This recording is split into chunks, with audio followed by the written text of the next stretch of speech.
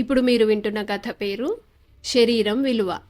ఉదయగిరి రాజు ఉదయసేనుడు గొప్ప ధర్మాత్ముడు. అతను తన రాజ్యంలో అన్ని వృత్తుల వారికి సుఖంగా జీవితం సాగేటట్టు అనేక ఏర్పాట్లు చేశాడు. అందరికీ పనులు కల్పించాడు. ఎవరు గాని కటిక దారిద్ర్యం అనుభవించనవసరం లేకుండా చేశాడు.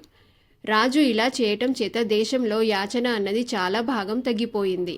ఏ పని చేసుకోలేని ముసలివాళ్ళు, వికలాంగులు బిచ్చమెత్తి ఏదో విధంగా కాలక్షేపం చేసుకునేవాళ్ళు.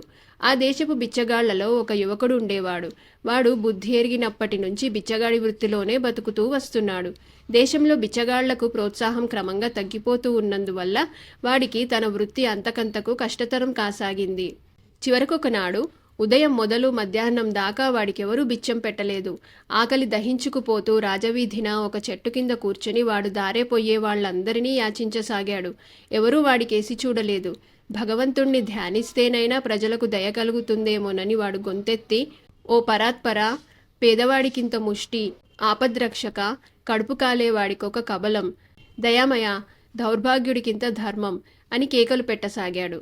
అప్పటికీ ఎవరూ వినిపించుకోలేదు.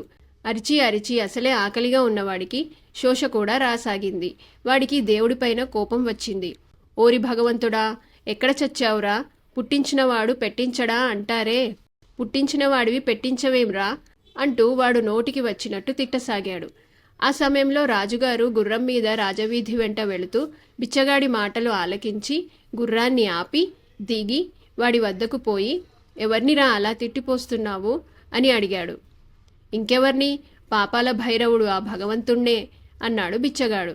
భగవంతుణ్ణి పూజించాలి గాని ఎవరైనా తిడతారా? భగవంతుడు నీకేం ద్రోహం చేశాడు అన్నాడు రాజు. ఇంకేం చెయ్యాలి? పొద్దున లేచినప్పటి నుంచి కూడు లేదు. ఎంతసేపు ముష్టెత్తినా చిన్న కాసైనా దొరక్కపోయే అన్నాడు బిచ్చగాడు. ఒరేయ్, నీకు డబ్బు కావాలంటే నేనిస్తాను. నేనీ దేశానికి రాజును. నీ చెయ్యి ఒకటి ఇచ్చేయి, 1000 రూపాయలు ఇస్తాను. లేదా కాలొకటి ఇయ్యి, 2000 ఇస్తాను. నీ కళ్ళిచ్చావంటే అర్ధరాజ్యం ఇస్తాను అన్నాడు రాజు.